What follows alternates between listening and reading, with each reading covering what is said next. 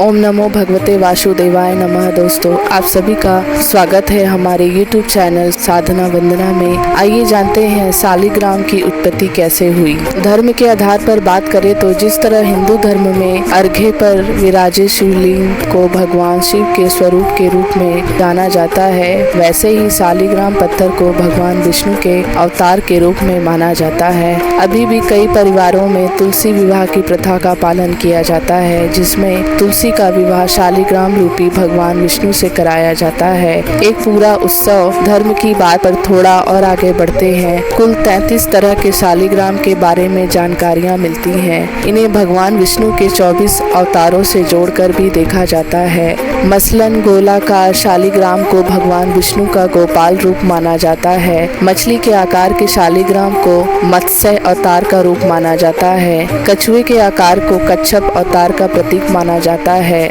वहीं शालिग्राम में उभरने वाले चक्र को या जिन शालिग्राम में रेखाएं होती हैं, उन्हें श्री कृष्ण का रूप माना जाता है। शालिग्राम एक प्रकार का जीवाश्म पत्थर है। धार्मिक आधार पर इस प्रयोग परमेश्वर के प्रतिनिधि के रूप में भगवान का आवाहन करने के लिए किया जाता है। शालिग्राम मूल रूप से नेपाल में स्थित दामोदर कुंड से निकलने वाली काली गंडकी नदी से प्राप्त किया जाता है। इसीलिए शालिग्राम को गंडकी नंदन भी कहते हैं। वैष्णव यानी हिंदू पवित्र नदी गंडकी में पाए जाने वाला एक गोलाकार आमतौर पर काले रंग के एमोनाइट जीवाश्म को विष्णु के प्रतिनिधि के रूप में पूजते हैं। शालिग्राम भगवान विष्णु का प्रसिद्ध नाम है, जो इन्हें देवी वृंदा के श्राप के बाद मिला नाम है। हिंदू धर्म में शालिग्राम को सालग्राम के रूप में भी जाना जाता है। शालिग्राम का संबंध सालग्राम नामक गांव से भी है। यह गांव नेपाल में गंडकी नामक नदी के किनारे पर स्थित है। शिवलिंग और शालिग्राम को भगवान का विग्रह रूप माना जाता है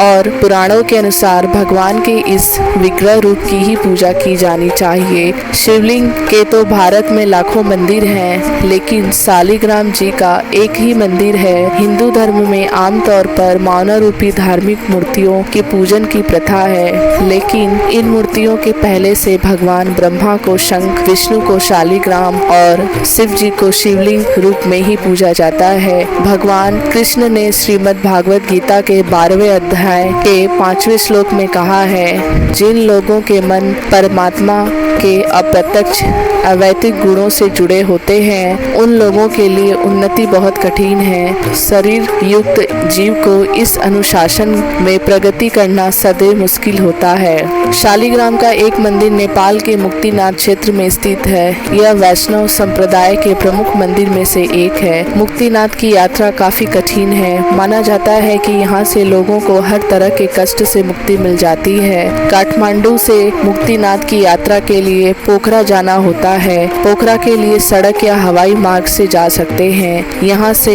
जोमसोम जाना होता है। जोमसोम से मुक्तिनाथ जाने के लिए हवाई अड्डा का प्रयोग किया जाता है। सड़क मार्ग से जाने के लिए पोखरा तक कुल 200 किलोमीटर दूरी तय करनी होती है। शिवलिंग की तरह शालिग्राम भी दुर्लभ है। अधिकतर शालिग्राम नेपाल के मुक्तिनाथ क्षेत्र के काली गंडकी नदी के तट पर पाए जाते हैं। काले और भूरे शालिग्राम के अलावा सफेद, नीले और सुनहरी आभा युक्त शालिग्राम भी होता है, लेकिन सुनहरा और ज्योति युक्त शालिग्राम मिलना अत्यंत दुर्लभ है। पूर्ण शालिग्राम में भगवान विष्णु के चक्र की आकृति प्राकृतिक तौर पर बनी होती है। लगभग 33 प्रकार के शालिग्राम होते हैं, जिनमें से 24 प्रकार के शालिग्राम को भगवान विष्णु के 24 अवतारों को संबंधित माना जाता है। मान्यता है कि ये सभी 24 शालिग्राम वर्ष की 24 एकादशी व्रत से संबंधित है। भगवान विष्णु के अवतार के अनुसार शालिग्राम यदि गोल है तो वह भगवान विष्णु का गोपाल रूप है। मछली के आकार का शालिग्राम श्री हरि के मत्स्य अवतार का प्रतीक माना जाता है।